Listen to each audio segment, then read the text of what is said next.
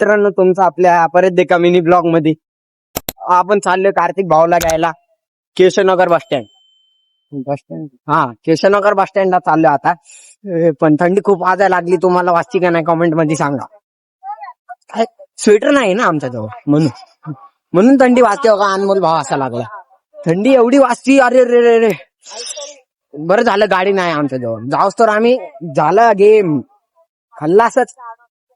तर भेटूया कार्तिक भाऊ संगत, कारण बस स्टँड खूप लांब आहे आणि तिथं जायला वेळ लागेल. बोलून ब्लॉग मोठा आहे. कार्तिक भाऊ भेटलेला आपल्याला, जिथून पाहिजे होता तिथून भेटला नाही, दुसऱ्या साईड कडनं भेटला. कुठनं आलाय काय माहिती, भेटला नाही काय नाही, दुसरीकडनं आलाय. पण आल्या एडे चाळे सुरू झाले त्यांचे, तुम्ही बघू शकता. ब्लॉग साठी प्रॅक्टिस करायला लागले. हा राईट. कहना क्या चाहते हो? हा हमरा हाती जीवन का साथी.